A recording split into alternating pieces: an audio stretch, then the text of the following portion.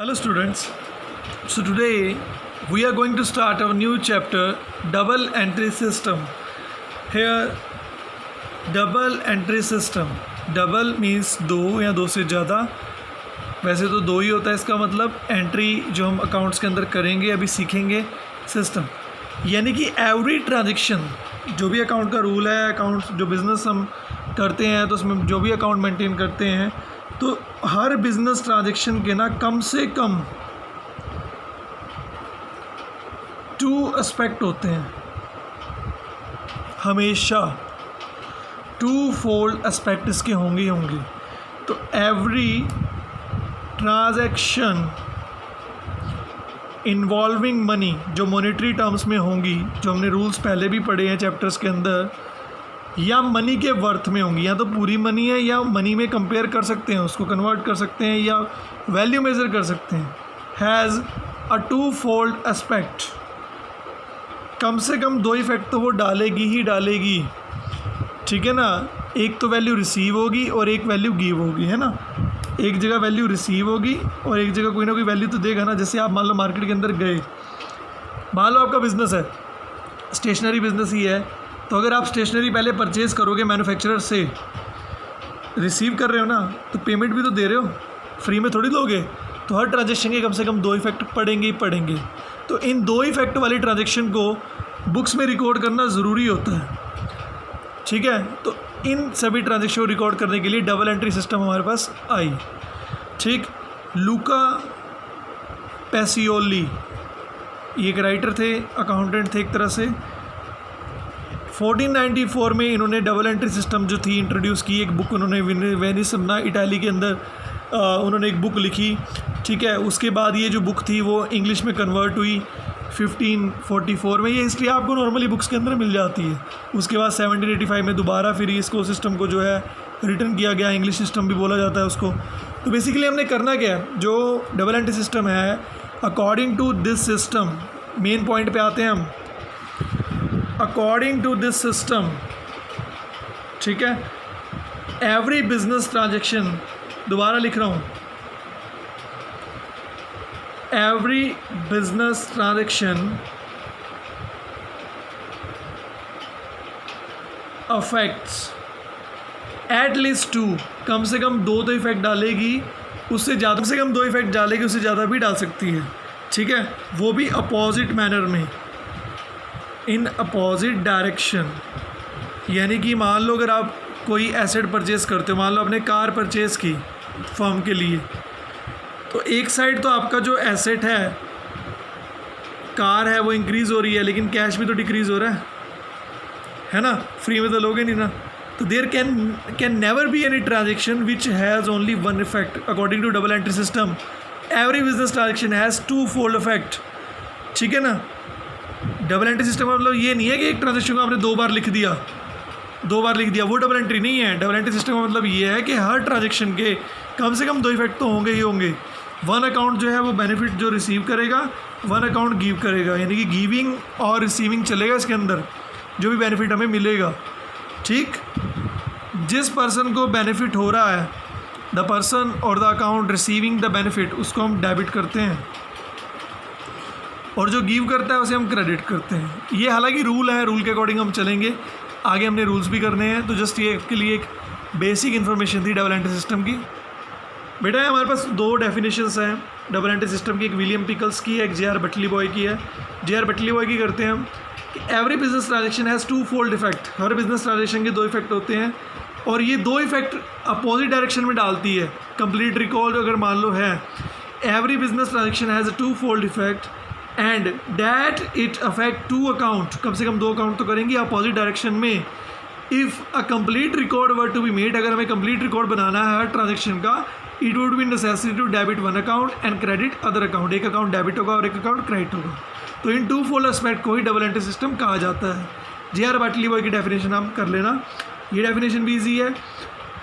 The double entry system seeks to record every transaction in money. हम monetary terms को जो है double aspect से रिकॉर्ड करते हैं. जो भी रिसीव्ड होगा अकाउंट, ठीक है, दूसरी साइड सरेंडर भी करेगा. एक अकाउंट रिसीव करेगा तो दूसरा सरेंडर करेगा. जो रिसीव करेगा उसकी एंट्री को डेबिट करेंगे, जो सरेंडर करेगा उसकी एंट्री को हम क्रेडिट करेंगे। तो ये दो डेफिनेशन है, दोनों में से कोई भी आप कर लेना। तो प्रिंसिपल क्या कहते हैं इसके कि एवरी ट्रांजेक्शन, डेफिनेशन में क्लियर है, two aspects, two fold effect तो होंगे ही होंगे। यानी कि अगर मान लो एक एसेट बढ़ रही है एक कम होगी। अगर आपकी लाइबिलिटी 5 लाख रुपीज़ की थी समझ लो, आपने वो पे कर दी, तो बेटा लाइबिलिटी कम हुई है, कैश भी तो कम हो रहा है, तो दो इफेक्ट पड़ेंगे। पर्सनल और इम्पर्सनल दोनों आते हैं इसके अंदर, पर्सनल एंड इम्पर्सनल दोनों आते हैं। ज़रूरी नहीं है कि किसी एक पर्सन की बात ही करोगे, इम्पर्सनल भी हो सकती है, यानी कि जो टेंजिबल एसेट्स हैं, इंटेंजिबल एसेट्स है, उसकी बात भी हो सकती है।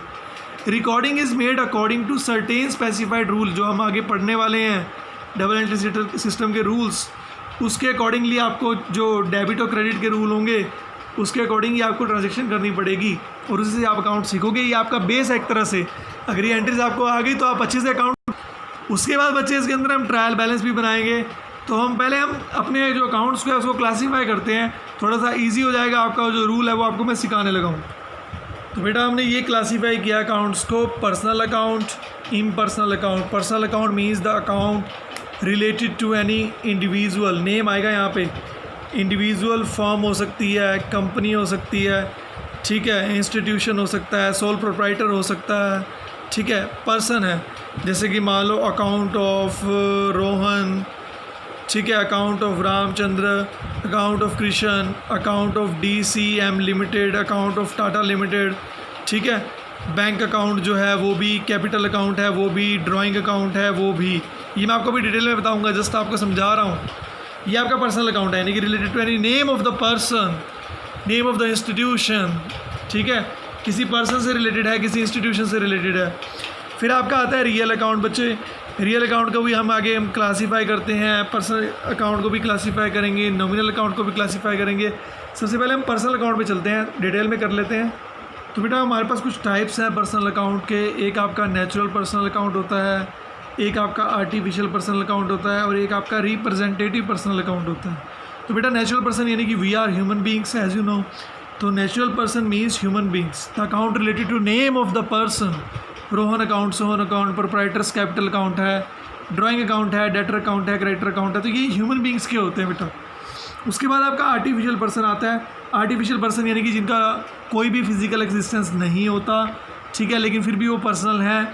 लाइक किसी फर्म का अकाउंट है, कंपनी का अकाउंट है, बैंक का अकाउंट है, आपका क्लब का अकाउंट है, गवर्नमेंट का कोई डिपार्टमेंट है उसका अकाउंट है, तो वो आर्टिफिशियल पर्सन में आते हैं, ठीक है ना। अब जैसे बैंक है वो चल तो नहीं सकता ना, लेकिन फिर भी वो एक जगह है तो वो आर्टिफिशियल पर्सनल अकाउंट का रिप्रेजेंट करता है। फिर आपका आता है रिप्रेजेंटेटिव पर्सनल अकाउंट, यानी कि जो किसी पर्सन को, ठीक है ना, एक पर्टिकुलर पर्सन को या ग्रुप ऑफ पर्सन को, पर्टिकुलर पर्सन या ग्रुप्स को रिप्रेजेंट करता है, उसे हम क्या बोलते हैं, रिप्रेजेंटेटिव पर्सनल अकाउंट। इसके अंदर आपके आउटस्टैंडिंग एक्सपेंसेस आते हैं, सैलरी आउटस्टैंडिंग अकाउंट है, प्रीपेड एक्सपेंसेस अकाउंट है, ये सारा आपका रिप्रेजेंटेटिव पर्सनल अकाउंट के अंदर आता है।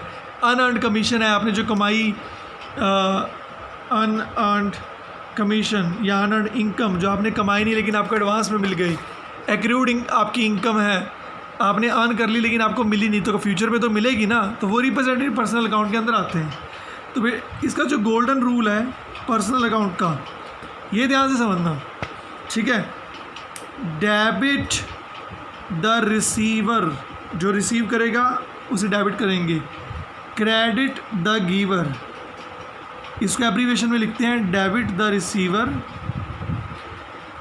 Credit the giver, debit the receiver, credit the giver. तो आपको ऐसे याद रखना है इस चीज़ों को।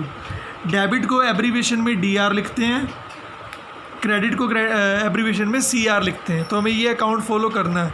फॉर एग्जांपल अगर मान लो मैं एग्जांपल लूँ कि आपने 20,000 रुपीज़ जो है पे किए टू हरी, ठीक है ना, तो डेबिट द रिसीवर, पैसे कौन रिसीव कर रहा है, हरी, तो हरी के अकाउंट को डेबिट करेंगे। हरी डेबिट टू कैश अकाउंट। अब कैश क्रेडिट इसलिए हुआ क्योंकि ये रियल अकाउंट का रूल है, ये हम आगे फर्दर वीडियोस में करेंगे, ठीक है ना। इस वीडियो में भी हम थोड़ा सा करेंगे जस्ट आपको समझाने के लिए कि ये रूल आपको, गोल्डन रूल आपको याद रखना पड़ेगा, और ये आइटम्स कौन कौन सी क्या क्या आएंगी ये भी आपको याद रखनी पड़ेंगी। तो नेक्स्ट आपका अकाउंट आता है real account. Real account, real account में the account of all things which can be measure in terms of money, और जिनकी कोई मनी वर्थ होती है, the accounts of all those things whose value can be measured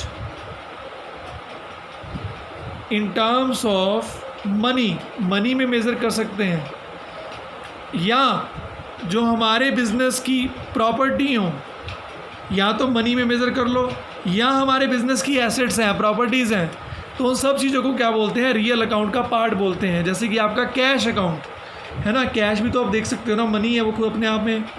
cash account आ गया आपका, furniture account आ गया, ठीक है ना बेटा, मशीनरी अकाउंट आ गया आपका, बिल्डिंग अकाउंट आ गया आपका, गुडविल अकाउंट आ गया आपका, ये सब आपका रियल अकाउंट के अंदर आता है।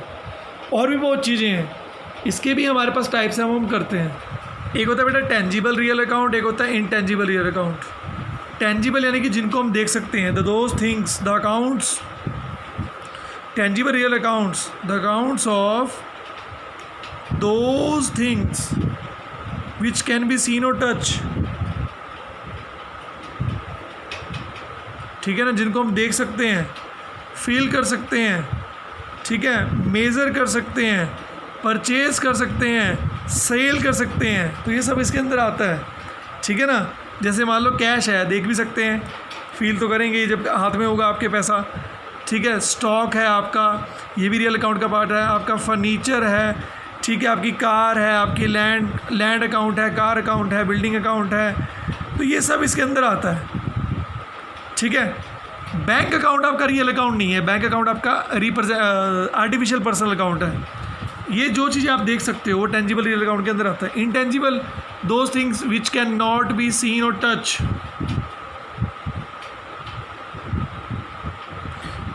ना तो देख सकते हैं, लेकिन उनकी वैल्यू ऐसी है जिनको हम मनी में मेज़र कर सकते हैं, but their value can be measure in terms of money.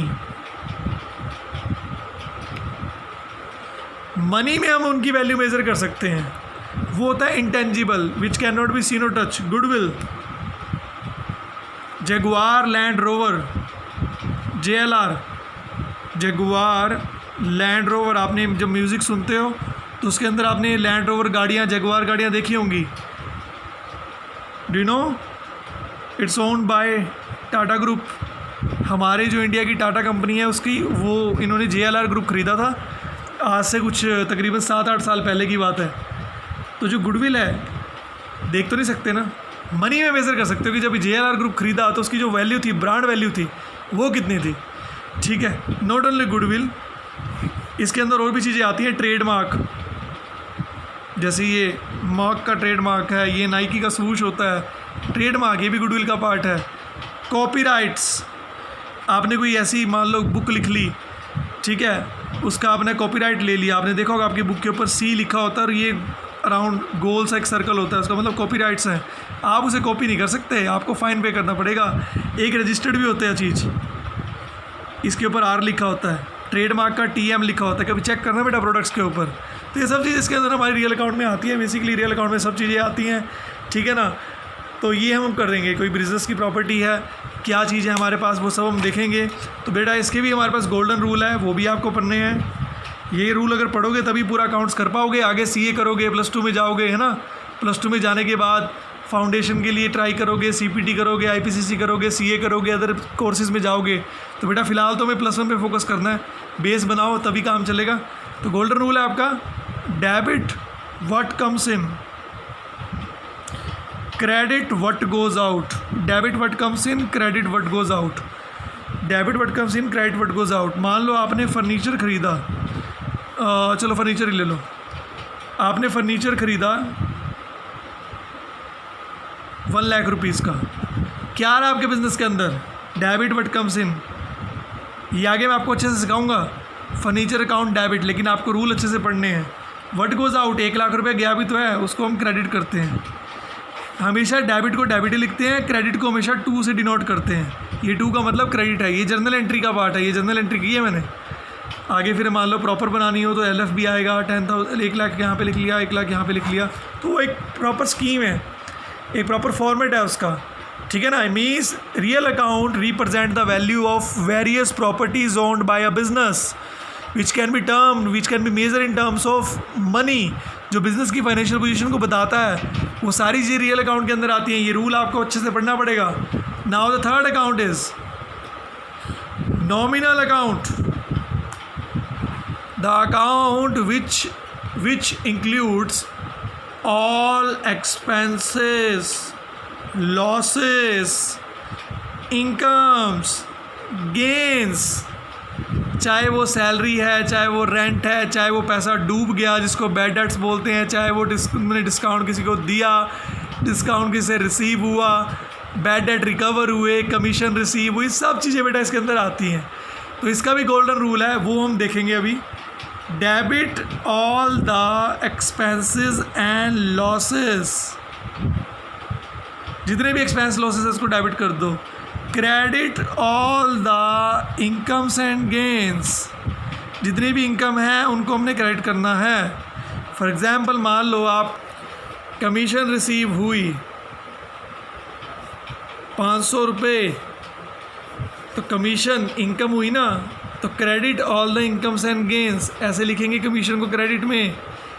Cash account इसमें डेबिट होगा, दो अकाउंट इफेक्ट हुए, 500 रुपये आ रहे हैं, 500 रुपये कैश अकाउंट कौन सा अकाउंट है? Real account. रियल अकाउंट का रूल क्या है? Debit what comes in cash, credit what goes out इसमें लगेगा नहीं क्योंकि पैसा तो हमारे पास आ रहा है, जा नहीं रहा। And to commission account, credit all the incomes and gains, इसके अंदर रियल अकाउंट भी फॉलो हुआ है और आपका नॉमिनल भी फॉलो हुआ है। ये आपको मैं नेक्स्ट वीडियो में बिल्कुल प्रॉपर डिटेल में बताऊंगा कि कैसे हम इस रूल को इम्प्लीमेंट करते हैं। उससे पहले इंपॉर्टेंट नोट्स हैं, ये देख लो अच्छे से। रेंट नॉमिनल है, outstanding prepaid personal representative personal account, salary nominal है, outstanding salary prepaid salary representative personal account, commission आपका नॉमिनल है, commission outstanding commission received in advance representative personal account है, इंटरेस्ट आपका नॉमिनल है, रिप्रेजेंटेटिव पर्सनल अकाउंट है इसलिए personal में लिखा है। यानी कि मिलती जुलती चीज़ें ये आपको याद रखनी पड़ेंगी, ऑन टिप्स होनी चाहिए आपकी। ये भी देख लो आप सोल्यूशन। पर्सनल अकाउंट में कैपिटल भी आता है, ड्राइंग भी आती है, बैंक भी आता है, बैंक ओवरड्राफ्ट भी आता है, डेटर भी आता है, क्रेडिटर भी आता है, ये चीज़ आपको याद रखनी पड़ेंगी। इंश्योरेंस भी आप अपना ही करवाओगे। कैश आपका रियल में आएगा, कैश रिसीव हो, चाहे पेड हो, चाहे फर्नीचर हो, चाहे कैश हो, चाहे गुडविल हो, चाहे कुछ भी हो। नॉमिनल में सारे एक्सपेंस, सारे इनकम जो भी हैं वो आएंगे इसके अंदर। तो बच्चों आपको यहाँ तक अच्छे से प्रॉपर जो भी रूल्स मैंने आपको अभी नोट डाउन करवाए, जो लिखे हैं, अच्छे से डिट्टो इसको लिख के प्रैक्टिस करके इसको रिवाइज़ करना है, ऑन टिप्स करना है। चाहे आप वोकली कर लो, कैसे भी कर लो, ठीक है। म्यूजिकल लेके चलो, जैसे debit the receiver, credit the giver, है ना। ये आपका पर्सनल अकाउंट का हो गया। रियल अकाउंट का debit what comes in, credit what goes out, है ना। नॉमिनल अकाउंट का debit the expenses and losses, credit the income and gains. ऐसे आप किसी भी इंटरेस्टिंग मैनर में इसको कर सकते हो। एक चार्ट पे इसको प्रॉपरली लिखो। ये जो मैंने वीडियो आपको पोस्ट की है इसमें से नोट्स बनाओ, बुक की हेल्प लो, चार्ट को अपने एक डोर पे लगा दो, जो आपका रूम का डोर है वहाँ पे लगा दो, और आते जाते उसको रीड करो, अच्छे से उसको प्रैक्टिस करो, पढ़ो। बेटा अगर ये समझ आएगा तो अकाउंट्स आपके लिए कुछ भी नहीं है, बिकॉज ये बेस है। इसी से हम जनरल एंट्री करते हैं, इसी से हम ट्रायल बैलेंस, लेजर वगैरह जो स्टेप बाय स्टेप हम बनाएंगे। जनरल एंट्री के बाद लेजर, लेजर के बाद ट्रायल बैलेंस, फिर आगे फाइनेंशियल स्टेटमेंट। आपका बेस है बेटा ये। अगर आपने अच्छे से कर लिया तो अकाउंट्स आपके लिए बिल्कुल ईजी हो जाएगा। अगर आपको कोई प्रॉब्लम आती है तो कमेंट सेक्शन में भी डालना और मुझे आप मैसेज भी करना। I will solve it. Thank you so much.